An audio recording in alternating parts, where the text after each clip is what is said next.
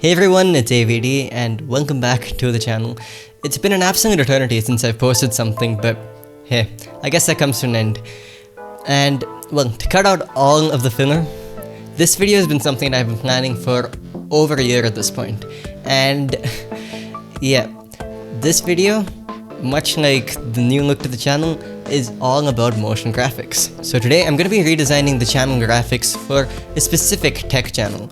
Now, this guy's tech channel was one that inspired mine and is one of the most subscribed to on YouTube. I'm talking about Marques Brownlee or MKBHD. And all of this has been done in Adobe After Effects. So for those of you who want to have a look at all of my redesigns for the different graphics I've showcased in this video, I've linked to them in the description below. Just know that you need to have After Effects 2021 or later to open them. Alright, let's jump straight into it with the most iconic bit of the MKBHD channel, the intro. Alright then, so let's get started by having a look at the original graphics made by the MKBHD team, which are straight up on the screen right now. As you can see, it was really nicely put together. In fact, it flowed together really nicely and overall was about 2 seconds long. Now, here's my version.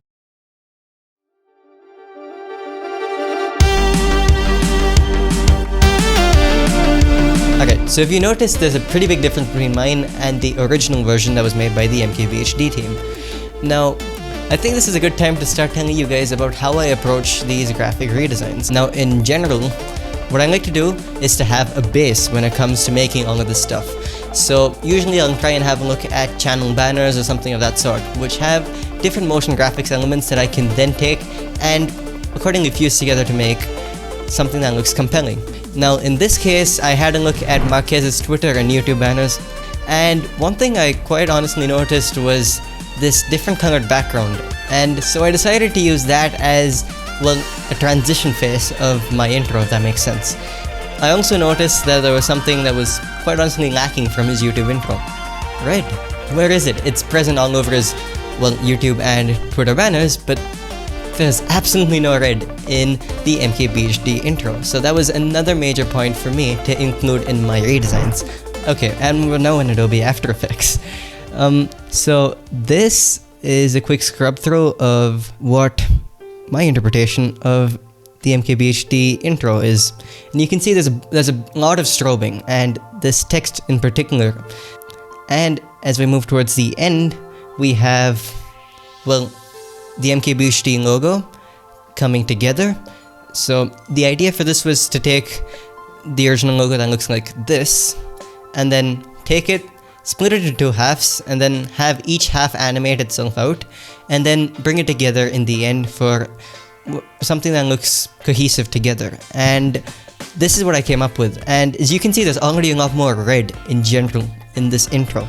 So one of the major things that I've used is a bunch of film grain, and I've applied this onto something called an adjustment layer. If we now jump into some of the more intricate elements, for example, these chevrons, this is something I plucked straight from the MKBHD banner, and I decided to add straight into here because I figured that these were lacking in the original.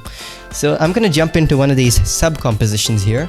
You can actually see that this is what I have here. Now there's a bunch of glows, and in particular I've used two types of glow here. So if you have a look at the effect window right here, there is this and also a more grainy type of glow, which I've added using something down here called a layer style. In this case, I have some noise applied here, and this is what's helping me achieve that really nice, noisy, but really bright look to all of this stuff. And for those of you who are eagle-eyed, you would have probably noticed that this little bit right there in the middle is actually the MKBHD logo with the right hand side hollowed out. I decided to take that and instead use a property in After Effects called Trim Paths, which allows you to animate a line like this.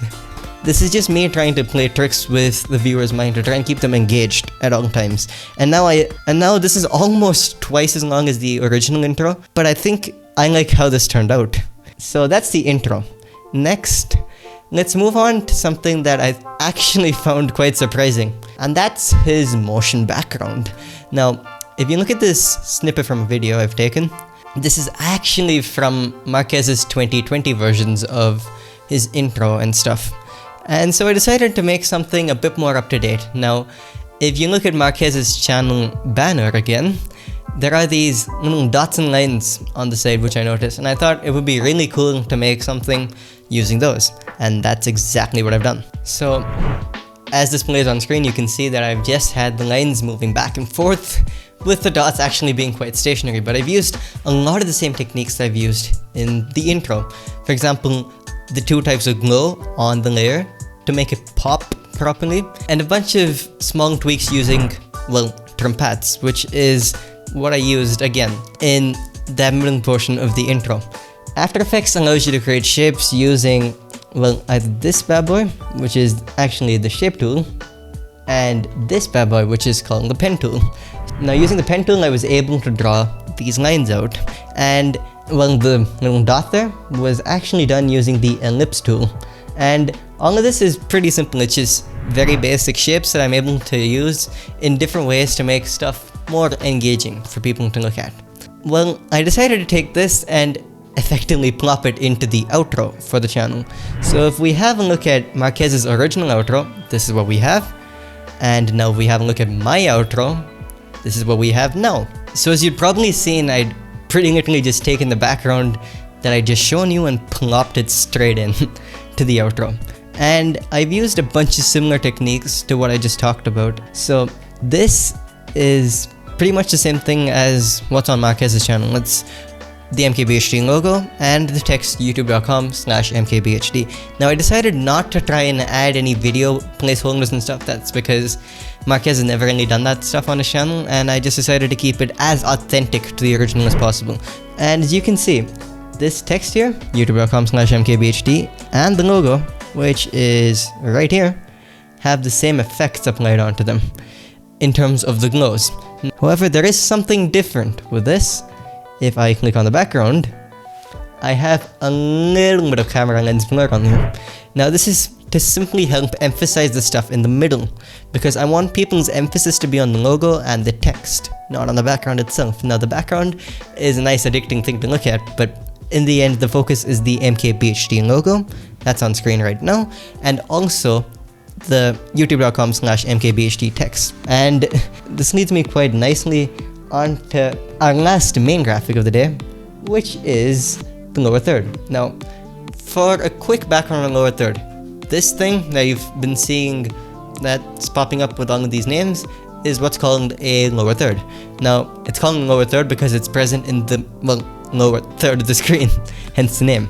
And this usually carries some interesting info along with it. In my case, it's usually my way of almost chaptering the videos without having to do that in YouTube itself. In Marques' case, he uses this, as seen in this clip, to try and show people's names. And that's exactly what I've done here. So there was something else that I wanted to do with these more important graphics like lower thirds.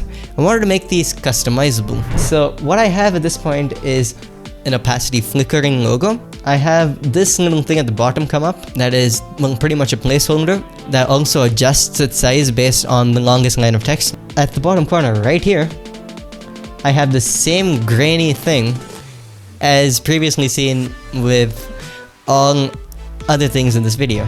That's pretty much it for the lower third in itself. Now, I used the exact same principle in this next composition. I just decided to redo the source thing. And yeah, it's this little thing that sits at the bottom. It's the exact same thing here. It just pops up, it says source, and that's pretty much it. That's pretty much an entire look at all of the graphics that I've, well, redone. If you didn't understand anything I showed you in this video, that's perfectly fine. It's not meant for everyone, but I thought it would only be fair if I went into my process of how I approached this stuff and maybe give you a small insight into how I did this as well inside of Adobe After Effects. Now, I'd like to say this is the end of the video, but I have a small and really important thing to do right now. This video that you've just watched is the last video that's going to be coming out on the channel for around 2 years. After, well, the next week or so, I really won't have much free time to make anything of the sort. This is it for now in terms of all of the content. I'd like to say all of the comments, all of the likes, all of the subs and stuff. All 69 of you. Nice.